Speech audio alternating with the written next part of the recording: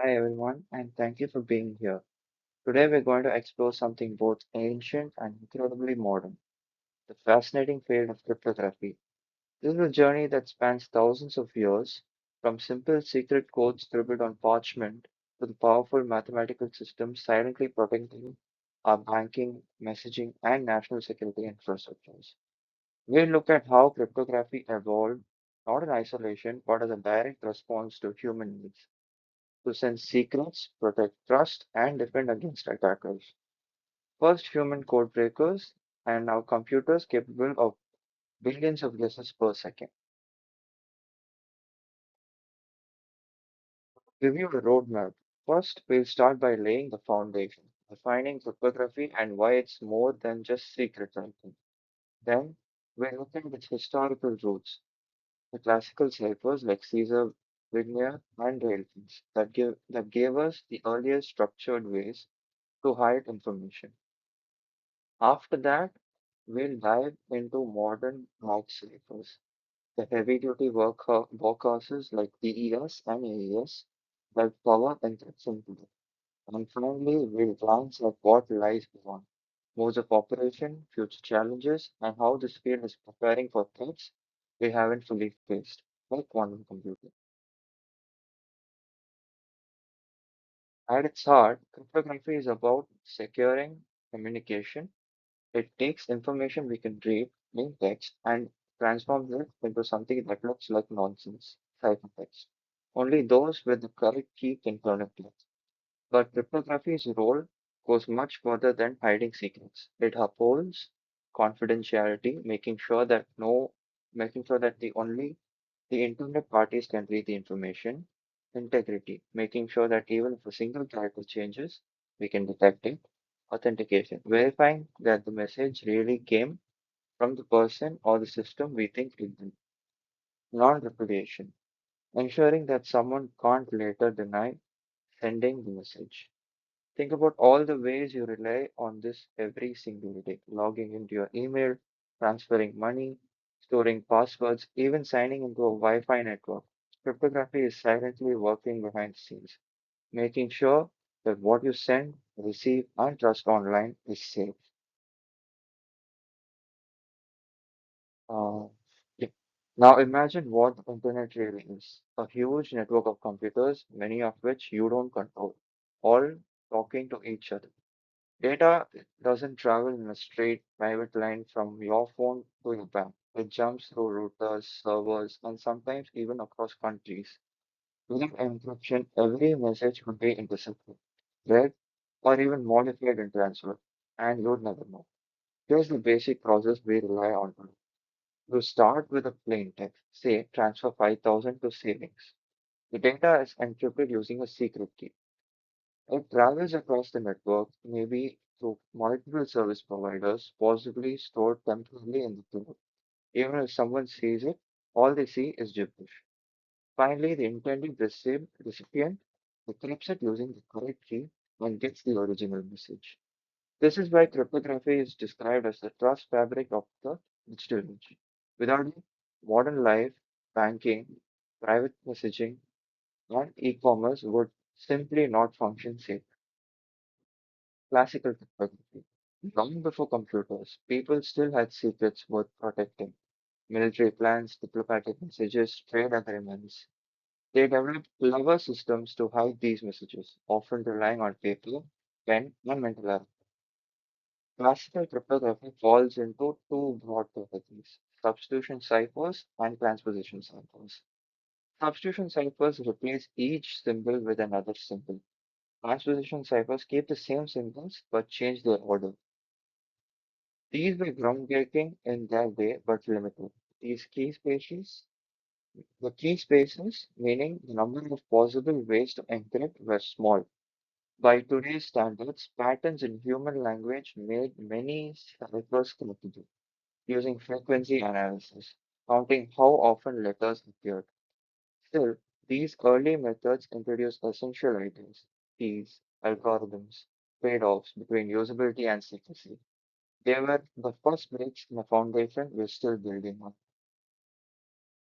Classical substitution. Caesar and Vigenère. Let's first start with Caesar.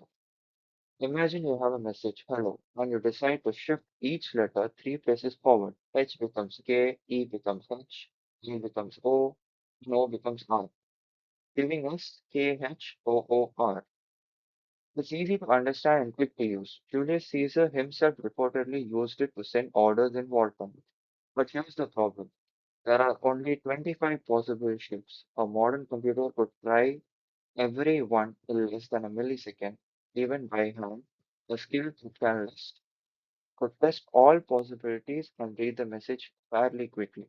Nevertheless, that introduced the very concept of systematic substitution, a rule-based way to encrypt and decode. Vigenère cipher. The Vigenère cipher was a leap forward. Instead of one shift, it used multiple shifts controlled by a keyword. Here's how it works. You take a keyword, for example, lemon, and repeat it across the message. The message would be attack at dawn. The key would be lemon and then repeating it until it reaches the size of the message. Each letter in the message is shifted according to the letter in the key. This made frequency analysis much harder because the same plain text letter could encrypt with different ciphertext letters depending on where it appeared. For centuries, it was thought to be unbreakable, even called late shifted and the shifted. The indecipherable cipher. Eventually, smarter analytic techniques cracked it, but not before it shaped cryptography for hundreds of years. Now we'll go on to rail fence and columnar. For rail fence, transposition took a different approach. Instead of replacing letters, it rearranged them. In rail fence cipher, you read your message in a zigzag pattern on a set number of rails, like writing diagonally down and then up. And then we have line by line. For example, any word with three rails becomes HMOR, BEOWLLA. Columnar transformations read messages in grids and then rearrange entire columns based on keywords. This added complexity and could be combined with substitution for multi-layered encryption. Harder to break at the time, but still vulnerable with enough intercepted messages and patience. These classical ideas confusing from substitution and diffusion from transposition became the building blocks for modern encryption. But as computing emerged, so did a new challenge, sheer scale. Human could no longer manually encrypt the vast amounts of data being generated, and attackers were no longer just individuals with pen and paper. They were machines capable of testing millions of possibilities per second. This led to the birth of block ciphers, mathematical algorithms that encrypt chunks or blocks of data at a time. They use symmetric keys, the same key for encryption and decryption, and apply multiple rounds of substitution and permutation, making it computationally unfeasible to reverse without the key. Modern block ciphers are the workhorses of secure communication, forming the core of many high-level security protocols. Modern block ciphers. Let's start with DES, the Data Encryption Standard. Became the US federal standard in 1977. It was a major achievement, encrypting data in a 64-bit blocks using a 56-bit key through 16 carefully designed rounds of transformations. It used a structure called the crystal network, where data is split into halves, and one half is repeatedly used to modify the other in a way that is reversible if you have the key. For years, DES secured banks, governments, and corporations, but eventually, computing power caught up. What once required massive resources to attack could now be brute forced with specialized hardware. By the late 1990s, DES were no longer safe for highly sensitive data, prompting the search for a stronger standard. Then came AES. The stronger standard arrived as Advanced Encryption Standard, or AES. After global competition, this algorithm was chosen in 2001. AES operates on a 128-bit block and supports multiple key sizes 128, 192, and 256 bits, each adding layers of difficulty for attackers instead of the feasible structures. AES uses a substitution permutation network optimized for both security and performance. Today, AES is everywhere, from the title lock icon in your browser when you use HTTPS to the secure kernels of VPNs and the encryption behind WPA and WPA3 Wi-Fi. It's everything widely vetted and so far has withstood decades of scrutiny. Key takeaways. As we look back and forward, three big insights. First, foundational legacy. Those early ciphers taught us the principle of confusion and diffusion that still underpin modern techniques. Second, evolutionary imperative. Cryptography must constantly advance to stay ahead of attackers. As computing gets faster, what was once safe eventually becomes vulnerable. Third, the future challenges. Quantum computing threatens to upend some of the mathematical assumptions behind today's system. Post-quantum cryptography is now an active area of research, aiming to build algorithms that remain secure even in quantum era.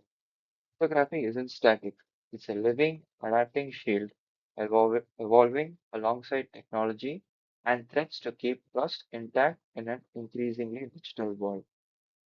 So, from ancient codes passed between generals to sophisticated algorithms quietly running billions of times a day, cryptography has always had the same purpose to allow humans to communicate safely when trust can't be assumed.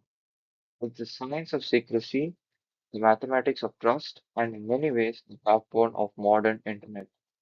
Thank you for joining me on this journey through time and technology. I hope this gives you not only a better understanding of the cryptographic system, but also an appreciation of the ingenuity, persistence, and necessity that have driven their evolution. Thank you.